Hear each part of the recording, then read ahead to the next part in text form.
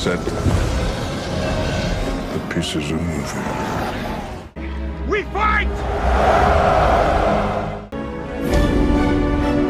We shall see this. We can give Frodo a chance.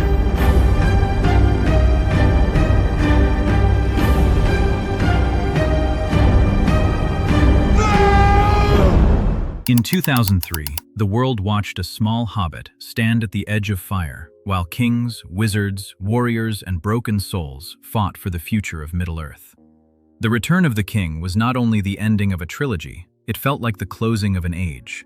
People cried when Aragorn bowed to the hobbits, when Sam carried Frodo, when Theoden rode into death, and when the last ship left the Grey Havens. But after the music faded, every actor walked back into real life, carrying a piece of that legend. Some became bigger stars, some chose quieter paths, some aged with grace, and some are no longer with us. 23 years later, in 2026, this is the cast of The Return of the King, then and now. Elijah Wood as Frodo Baggins.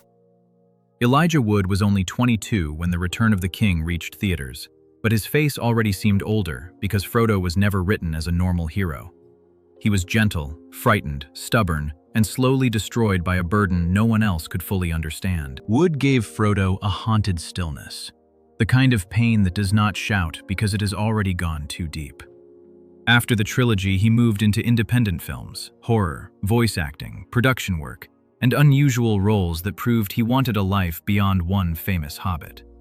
In 2026, Elijah Wood is 45, still instantly connected with Frodo, yet far more private and selective than many stars of his generation. The Ring almost erased Frodo from himself, but Elijah survived fame by refusing to let one role own his whole story. Sean Astin as Samwise Gamgee. Sean Astin entered the story as Sam, the loyal gardener who seemed too simple for a war against darkness, yet by the final film he had become the emotional heart of everything. Frodo carried the ring, but Sam carried the hope, and that is why audiences still remember him with such love. His greatest moment was not a sword fight or a royal speech, but the decision to lift his friend when the mountain had taken everything from them. Before Middle-earth, Astin was already loved for the Goonies and Rudy, but Sam gave him a deeper place in pop culture. After the trilogy, he kept working in television, animation, fan events, and later reached a new generation through Stranger Things. In 2026, Sean Astin is 55, and fans still see him as the friend everyone wishes they had. Sam did not want glory, and that is exactly why he earned it.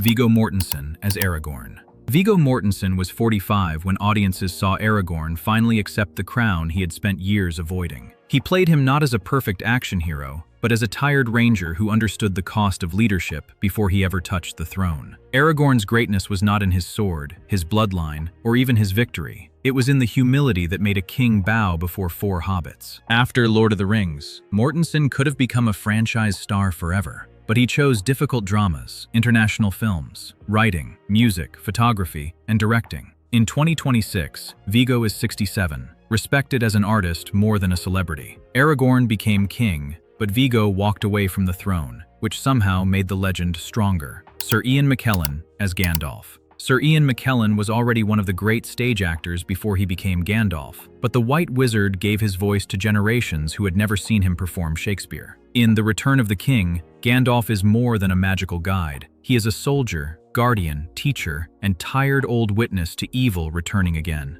McKellen never played him like a superhero. He played him like someone ancient enough to be afraid and brave enough to stand anyway. His arrival in Minas Tirith felt like light entering a dying city. After the trilogy, he continued working across theater, film, television, and activism, while also remaining beloved as Magneto. In 2026, McKellen is 87, one of the last grand performers of his generation. Gandalf told others that death was only another path, and now that line follows him like a blessing. Andy Serkis as Gollum and Smeagol. Andy Serkis was 39 when audiences watched Gollum crawl, whisper, betray, and finally fall with the ring. Many people called it computer graphics, but the soul of that creature came from an actor twisting his body and voice into something cinema had barely seen before. Gollum was frightening because he was not only evil, he was addiction, loneliness, memory, and hunger trapped inside one ruined body. Serkis gave 2 performances at once. Smeagol, the wounded child begging to return, and Gollum, the monster who had already won too many arguments. After the trilogy, Serkis became the face of performance capture through King Kong, Planet of the Apes, Star Wars, directing and producing. In 2026, he is 62, recognized as a pioneer rather than a hidden man behind pixels. The world repeated "My Precious" as a joke, but the performance was never a joke. Orlando Bloom as Legolas. Orlando Bloom was in his 20s when Legolas turned him into one of the most recognizable young stars of the early 2000s. Legolas was graceful, silent, impossibly accurate, and almost untouched by the dirt and fear around him. In The Return of the King, he became the elf who could turn battle into ballet, climbing beasts, firing arrows, and making danger look effortless. Behind the perfect hair and calm eyes was an actor whose fame arrived at unbelievable speed. Almost immediately after Middle-earth, Bloom entered another massive franchise as Will Turner in Pirates of the Caribbean. Later, his career became more selective, moving between films, stage work, television, and public life. In 2026, Orlando Bloom is 49, no longer the untouched elf prince, but still forever linked to the image that made millions pause their screens. Legolas did not age, Orlando did, and that is the strange magic of then versus now. John Rhys Davies as Gimli. John Rhys Davies was already a powerful character actor before he wore Gimli's beard, but the dwarf warrior gave him a new kind of immortality. Gimli could easily have become only a loud joke, the short fighter with an axe and a temper. Instead, Rhys Davies filled him with pride, warmth, courage, and old-fashioned honor. By The Return of the King, his friendship with Legolas had become one of the trilogy's most satisfying transformations. The elf and dwarf who began as rivals now fought like brothers. Many casual viewers forget that Rhys Davies also voiced Treebeard, giving Middle-earth both its roaring stone and ancient forest. After the trilogy, he continued acting, voice work, conventions, and public appearances with remarkable energy. In 2026, he is 81. The costume hid his face, but never his thunder. Liv Tyler as Arwen. Liv Tyler brought softness, sadness, and sacrifice to Arwen, the immortal elf who chose a mortal life because love meant more to her than eternity. In The Return of the King, she is not on every battlefield, but her decision shadows the whole story. Arwen gives up forever, and that choice becomes heavier the older the audience gets. Tyler's beauty made the character unforgettable, but her sorrow made her human. She played Arwen like someone who knew that love was not a fairy tale reward, but a price paid with open eyes. After the trilogy, Liv Tyler continued in film and television, including dramatic roles, superhero work, and quieter periods focused on family. In 2026, she is 49, still remembered for bringing grace to Rivendell and pain to Aragorn's destiny. Arwen did not need many scenes to matter. She only needed one choice. Miranda Otto as Éowyn. Miranda Otto gave The Return of the King one of its most unforgettable moments, because Éowyn was the woman everyone underestimated until the battlefield finally revealed her. She was trapped by duty, grief, and a world that kept telling her where she belonged. When the Witch King declared that no man could kill him, Éowyn removed her helmet and answered with a line that still echoes through cinema. Otto did not play her as fearless. She played her as wounded, desperate, brave, and human, which made the victory feel earned instead of easy. After Lord of the Rings, she continued working across Australian and international film and television, later appearing in major drama, fantasy, and horror projects. In 2026, Miranda Otto is 58, and that single scene still defines how many fans remember her. The sword destroyed the monster, but the line destroyed the rule that said she did not belong there. Bernard Hill as King Theoden. Bernard Hill played King Theoden like a man who had already lost too much before the final battle even began. In The Two Towers, he returned from weakness, but in The Return of the King, he became a warrior king riding straight into legend. His speech before the charge of the Rohirrim remains one of the most powerful moments ever filmed, not because he believed survival was certain, but because courage mattered even when death was waiting. Hill gave Theoden grief, pride, regret, and fire. His final scene with Éowyn was quiet after all the thunder, and that is why it still breaks hearts. After Lord of the Rings, Hill continued acting, but stayed private compared with many cast members. In 2024, Bernard Hill died at 79. In 2026, fans remember him with even more tenderness. The King rode out on screen years ago, but now the farewell feels real. Cate Blanchett as Galadriel. Cate Blanchett appeared briefly compared with some cast members, But Galadriel never needed much time to dominate the air around her. She felt ancient, beautiful, dangerous, and kind all at once. In The Return of the King, her presence is quieter, but the memory of her power still hangs over Frodo and the fate of the ring. Blanchett played Galadriel like someone who had already survived temptation and understood exactly what it could do to weaker hearts. After the trilogy, she became one of the most acclaimed actors in the world, winning major awards and moving between prestige drama, fantasy, comedy, theater, and bold experimental work. In 2026, Cate Blanchett is 56, still one of the most respected performers alive. Galadriel was the image of timeless power, but Blanchett's real career proved something rarer.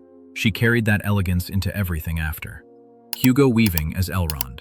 Hugo Weaving played Elrond as a father, ruler, and survivor, whose wisdom often looked like coldness because he had seen too much history repeat itself. In The Return of the King, Elrond is caught between the fate of Middle-earth and the fate of his daughter. He understands what Arwen's choice will cost, and that makes his scenes heavy with a grief he cannot fully show. Weaving had already become internationally known through The Matrix, but Elrond gave him a different kind of authority, less explosive and more ancient. After the trilogy, he continued building a varied career in film, theater, and voice work, often choosing serious and unusual roles over easy fame. In 2026, Hugo Weaving is 66, still respected for performances that carry intelligence under the surface. Elrond was not heartless. He was a father watching his child choose an ending he could not follow. David Wenham as Faramir. David Wenham played Faramir, the noble younger son who spent his life standing beside Boromir's memory and beneath Denethor's disappointment. In The Return of the King, his ride toward Osgiliath hurts because it is not really a military choice. It is a son trying one last time to be loved. Wenham made Faramir gentle without making him weak, which is why fans still defend him with unusual emotion. After the trilogy, he kept working in Australian cinema, television, and international character roles. In 2026, David Wenham is 60. Faramir survived war, but more importantly, he survived the need to become someone else. Dominic Monaghan and Billy Boyd as Merry and Pippin. Dominic Monaghan and Billy Boyd began as the playful hobbits, born for jokes, stolen vegetables, and trouble. But The Return of the King forced them to grow up. Merry rode into battle with Éowyn, while Pippin sang in Denethor's hall as Faramir rode toward death. After Middle-earth, Monaghan reached new fame through Lost, and Boyd continued acting and music, later giving fans the last goodbye. In 2026, Dominic is 49 and Billy is 57. They entered as mischief, but left as men. Sean Bean as Boromir. Sean Bean's Boromir is gone before the final film's main events, yet his shadow shapes Gondor, Faramir, and Denethor. In 2026, Bean is 66, still remembered because Boromir failed like a human being and died trying to become better. That is why he lasts. Ian Holm as Bilbo Baggins. Sir Ian Holm's Bilbo in The Return of the King appears as an old hobbit near the end of a long road, and the performance feels even more delicate now. Holm had already played Bilbo with charm and nervous hunger, but by the final farewell, he seemed like someone slowly becoming memory. His scene at the Grey Havens carries the softness of age, the relief of release, and the sadness of leaving home. Holm had a legendary career long before Middle-earth, from stage work to Alien and Chariots of Fire, but Bilbo gave younger audiences a doorway into his greatness. He died in 2020 at 88, after a Parkinson's-related illness. In 2026, his absence gives the final scenes more weight. Bilbo found the ring by accident. Ian Holm gave him a goodbye that now feels painfully intentional. Christopher Lee as Saruman. Christopher Lee's Saruman had a reduced presence in the theatrical version of The Return of the King, but his shadow still belonged to the trilogy. Lee was not merely acting evil. He brought the authority of a man who had lived through real history, served in wartime, mastered languages, and built one of cinema's longest careers. Saruman's voice was his weapon, smooth enough to seduce and cold enough to destroy. Lee loved Tolkien deeply and understood the world with rare seriousness. After Lord of the Rings, he continued working into old age, including Star Wars, fantasy films, music, and voice work. He died in 2015 at 93. In 2026, he remains one of the great legends no franchise could ever fully contain. Saruman wanted power over Middle-earth, but Christopher Lee already had something stronger: He had presence that could silence a room. The New Age of Middle-earth, the Rings of Power. Before we close the story of the return of the king, there is one more shadow rising over Middle-earth in 2026. Because the world that Peter Jackson made immortal did not stay buried in memory. It returned through The Lord of the Rings of Power. The massive Prime Video series set thousands of years before Frodo ever touched the ring. When Sauron was still shaping his disguise, the elves were losing their light. Numenor was moving toward pride and ruin, and the first great rings were becoming more than beautiful pieces of gold. What makes this new chapter interesting is not only its scale, but the way fans have slowly started looking at it differently. Season 1 divided audiences, because no return to Middle-earth could ever escape comparison with the original trilogy. But Season 2 was received more warmly by many critics, who praised its stronger momentum, darker tone, visual design, music, and the way it pushed Sauron closer to the terrifying figure fans knew was coming. Rotten Tomatoes listed Season 2 with an 85% critics score, while Metacritic placed it in generally favorable territory.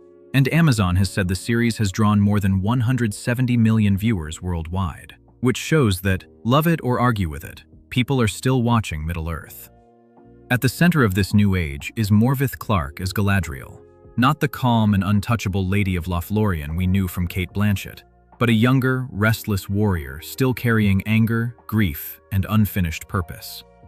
Robert Aramayo plays Elrond before he becomes the Grave Lord of Rivendell, giving him a softer, more uncertain beginning. Charlie Vickers plays Sauron, first hidden behind charm and pain, then slowly revealed as the manipulator whose greatest weapon was never strength but seduction. Daniel Wayman plays the Stranger, now moving closer to the identity and wisdom fans connect with Gandalf, while Owain Arthur as Prince Durin IV and Sophia Nomvete as Disa give the dwarven storyline much of its warmth, humor, and emotional weight. The cast also includes Ismael Cruz Cordova as Arondir, Cynthia Addai Robinson as Queen Miriel, Lloyd Owen as Elendil, Maxim Baldry as Isildur, Benjamin Walker as High King Gil-galad, Charles Edwards as Celebrimbor, Tristan Gravel as Pharazôn, Markella Kavanagh as Nori, and many others who are building a version of Middle-earth that is younger, brighter, and more unstable than the one we saw in 2003. And Season 3 is already being shaped around the War of the Elves and Sauron, with Amazon confirming new additions like Jamie Campbell Bower